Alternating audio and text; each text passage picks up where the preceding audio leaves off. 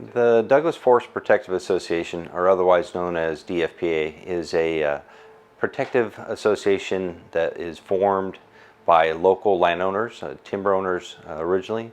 It was formed in 1912, and for 100 years we've been providing wildland fire protection on private and public lands here in Douglas County. In the course of a fire season, we are able to staff 20 engines. We have 3 dozers, 1 20-person hand crew. We actually own our own fixed-wing aircraft for aerial observation and managing aircraft air attack platform. We also contract other aviation resources of medium-sized helicopters. In my 37 years of wildland fire experience, this fire was probably in the top 1 or 2 fires that moved rapidly and had extreme conditions that I was able to monitor. What eventually happened is a 50 to 100 year event that most folks don't get to experience in their career. I had never experienced a fire incident like what turned out to be Archie. This fire took off just like a rocket, and those bent columns just means it's throwing out spots ahead of it. The fuels were receptive because they were dried all through the night, and we started trying to fall back and grab an anchor point as this thing gained momentum. When the story's written on this fire, in the first 24 hours they had almost 80,000 acres burnt. I had no idea fire could move that fast. The intensity of this fire up the North Umpqua was unlike any fire that I've ever been involved in or witnessed ever. Not only was the intensity of it something I had never witnessed, but the speed in which it moved was just phenomenal. I rolled my window down at one point and listened to it, and it sounded like a fighter jet taking off. In 2 days, there were more acres burned on the Archie Creek than in the 100-year history of the Douglas Forest Protective Association. All through the foothills of the Cascades, there were multiple fires doing the same thing. And so knowing you're going into a battle and there is nobody to help you, that the system is overwhelmed within a matter of hours, was a challenge that we were prepared to face. But there were no incident management teams available right out of the gate, so we were going to have to order in a federal team, which we have never done that before in the history of DFPA, to my knowledge. The first team that came in was here for a short period of time, first federal team. They were a level 2 team. Clearly this was a level 1 fire. There was fires going on all over the West, and there was just a lack of teams available.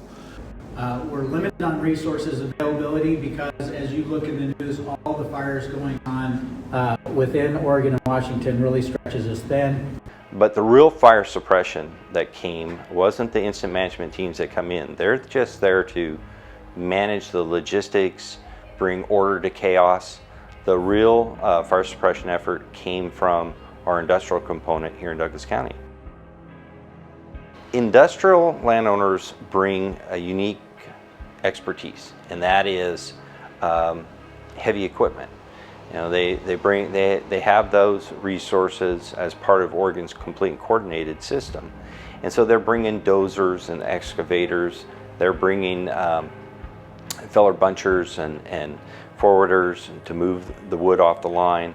They actually deployed a tethered logging system. One of the key reasons, resources that we're using that's helping us do that is the local timber companies are working with us on a daily basis and helping providing resources, big equipment, heavy equipment that's very effective in this vegetation to contain the fire.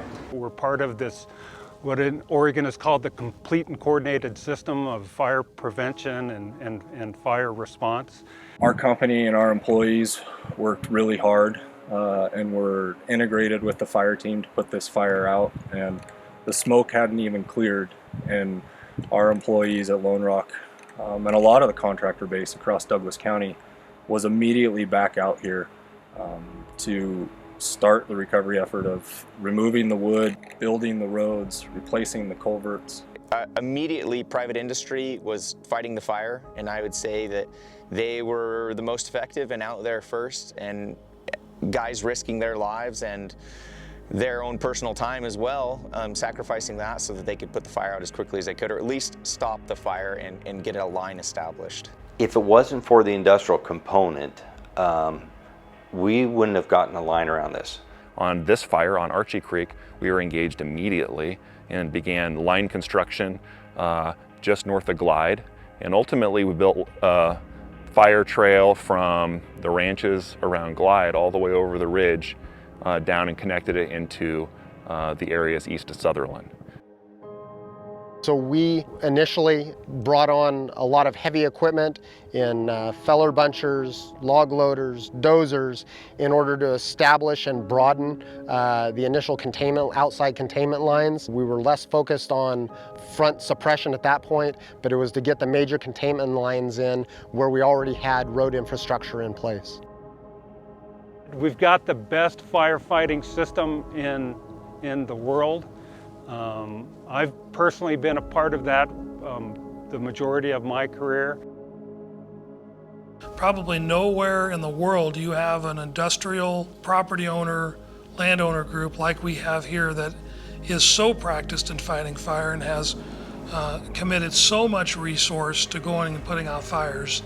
And it's amazing to watch, and each and every time we have one of these bigger fires, there's better coordination, there's better firefighting, there's certainly more skilled, and they are quicker to react and do much of the firefighting. As the federal team was getting organized, they were already organized and out fighting the fire.